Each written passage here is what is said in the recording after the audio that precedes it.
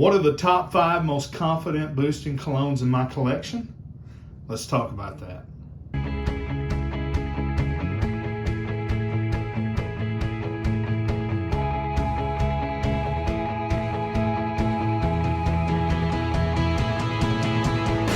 Frag fan, welcome to another video from Proverbs 27:9 Fragrances. John here, and today I'm doing a tag video from my buddy Tyler over at Simply Fragrances. And he tagged me in a video on listing your top 5 most confident fragrances. So the fragrances that I wear when I am going to a meeting or, somewhere where I want to boost my own confidence and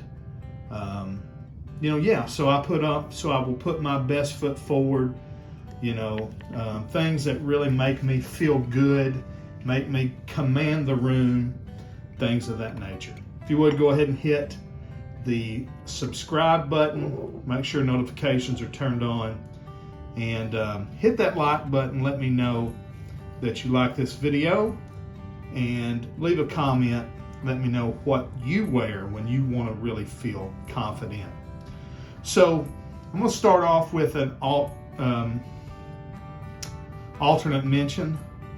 Every time I go to say that word, it don't sound right. I'm going to have an alternative. Is it alternate mention? Wow, I don't know. I'm going to leave this in the video though, just to show you that we all struggle from time to time. Kind of like when you write a word down and it's spelled correctly, but it just don't look right. All right, so the first alternate is going to be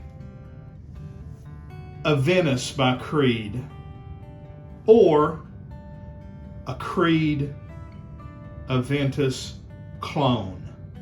I don't own any Creed fragrances. If you've never read this book right here, The Ghost Perfumer, I think you ought to. It's by Gabe Oppenheim. It's called The Ghost Perfumer, Creed, Lies, and the Scent of the Century. And it goes into how Creed and their house is built basically on just marketing nonsense. They were a clothing haberdasher. That's where they made their money. And then all of a sudden, in the 80s, they decided they wanted to switch to perfumes. And they try to say that they're this ancient perfume house that's been making perfumes. And Olivier Creed wasn't even a perfumer. Stole his perfume ideas from Pierre Bourdain. Of those, some of his most classic ones like Green Irish Tweed. But that doesn't mean that their fragrances don't smell good. They do. And I, along with probably you and many other people, love the way Creed Aventus smells. So as an alternate mention, you could go with this one, or you could go with this one back here, or one of those sitting up on the shelf, or you could go with this one, or Mont Blanc Explorer, or whatever. But I always feel good when I'm wearing a Creed Aventus clone, or even I've got a sample of the real deal and I'll wear it every once in a while. Creed Aventus smells great and it makes you feel confident. So that would be just our alternate mention there, okay? All right, let's go with number 5. And I didn't set it on my table, and I don't want to get up to get it. It's up there on the shelf. I've got it though. I've featured it in several other videos. It's Acquadagio Profumo. And Acquadagio Profumo, why it makes me feel confident is because it just smells so good. It's clean. It's got that sort of citrus aquatic nature to it like the original Acquadagio, but it's got a lot of other spices. It's got incense and patchouli and all these different things added to it that really gives it some beef and some heart. And it just absolutely smells fantastic. Nobody dislikes it unless they're just really, just really got a kind of a snobbish nose. It is very mass appealing. So I can wear it in full confidence knowing that I'm going to smell good and I'm not going to offend anybody. So that's number 5. Number 4, and really I don't even have these, all of these I wear pretty regularly. So number 4, I'm going to go with, from the house of Bottega Veneta, Pour Homme Parfum. And this one's kind of a hard to find. A lot of people have Pour Homme in the Eau de Toilette, but to me, I wouldn't even wear it. I owned it. I didn't like it. But this one is amazing, guys. I mean, honestly. Woods, spices. I mean, it smells like there is this, I don't remember if it's probably a blend. There's cypress and almost like pine and cedar and all these different woody tree notes. But there's juniper in there, and there's some citruses and things. It's just a really masculine, bright, vibrant, woody scent. And I love the way it smells. It always makes me feel good. Just really, really, if you've never smelled that one, you ought to get it. That's number 4. Sorry, I don't have Acqua di Gio to sit here for number 5. All right, let's go to number 3. Number 3, I'm going to go from the house of Parfums de Marly. I'm going to go with Leighton Exclusif. Or I could even go with any number of Leighton clones or Leighton similar fragrances that I own, like Lalique White and Black, for instance, or Alt Fragrances Stallion. Anything that is Leighton-esque to me is a lot like a Venice. You know you're going to smell good. I like Exclusive. It's got that beautiful vanilla, and this one's got some like tobacco and some maybe some oud or agar wood in it that kind of gives it a little rougher edge to it. But anytime you're wearing a Leighton or Leighton adjacent fragrance, you know you're going to smell good, and it's going to stand out. They're strong.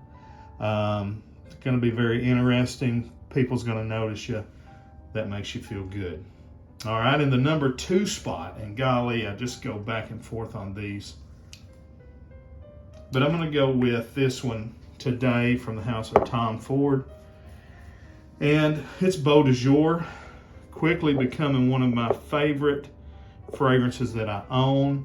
It's a spicy lavender fragrance that is just to die for. Classic barbershop fougere, but with a real high class touch to it. In fact, it's my scent of the day. It just smells like it was made, in the 60s or 70s, but it doesn't have that animalic funk to it, and that's what I love. It's got all that barbershop, soapy, fougere, lavender. It's a spicy, it's a lavender bomb. There's lavender and lavender extract both in it. It's just really, really good. And it's very similar to my number 1, and that is from the house of Zaharoff, and it's Signature Pour Homme. Much of the same things that we could say about Signature Pour Homme that we said about Beau de Jour. But what sets it apart a little bit is the depth to it. There's all those layers of resins. You've got frankincense, you've got myrrh, there's incense. It's another lavender bomb. It is definitely in that barbershop fougere, but not as much classical barbershop as this one. And as this one is a very highbrow, high-class barbershop, this one even takes it up a little bit higher in class than that one. So it really, both of those fragrances are probably, honestly, if you just, I don't have Dior Homme Intense in my collection anymore. I sold it. Guerlain Heritage Eau de Toilette could have easily made this list, and I've raved about that one, But honestly, I think these two have surpassed it. I know for sure I wear these two more than I wear Guerlain Heritage Eau de Toilette or the Eau de Parfum, which is really growing on me. But these top two especially are just so classy, and I love lavender, and they're lavender bombs, and golly, they just smell so good. It just gives you confidence when you're wearing it that you know that you not only smell good, but you're going to command the room because you smell like a well put together room commanding gentleman. So those are my top 5 confidence boosting fragrances. Again, Aprodisio Profumo. Should have been here, but I didn't want to get up and get it when I started making the video. So maybe I have superimposed it this whole time. That's what I've done. All right.